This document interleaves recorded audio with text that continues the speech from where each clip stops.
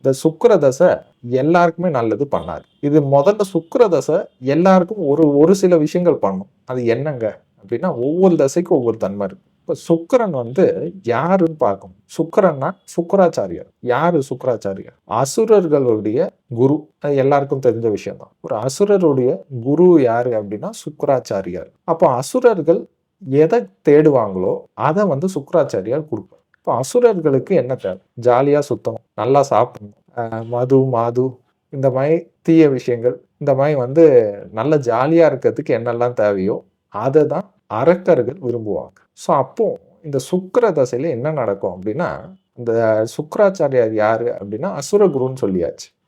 அசுரர்களுக்கு குரு. அப்ப அவர் என்ன பண்ணுவாருன்னா, அசுரர்களுக்கு என்ன தேவையோ அதை தான் கொடுப்பார். ஸோ அப்போ என்னன்னா, நீங்க லைஃப்ல ஜாலியா இருக்கணும் அப்படின்னா, உங்க வயசுக்கு ஏத்த மாதிரி அந்த சந்தோஷத்தை கண்டிப்பா கொடுப்பார்.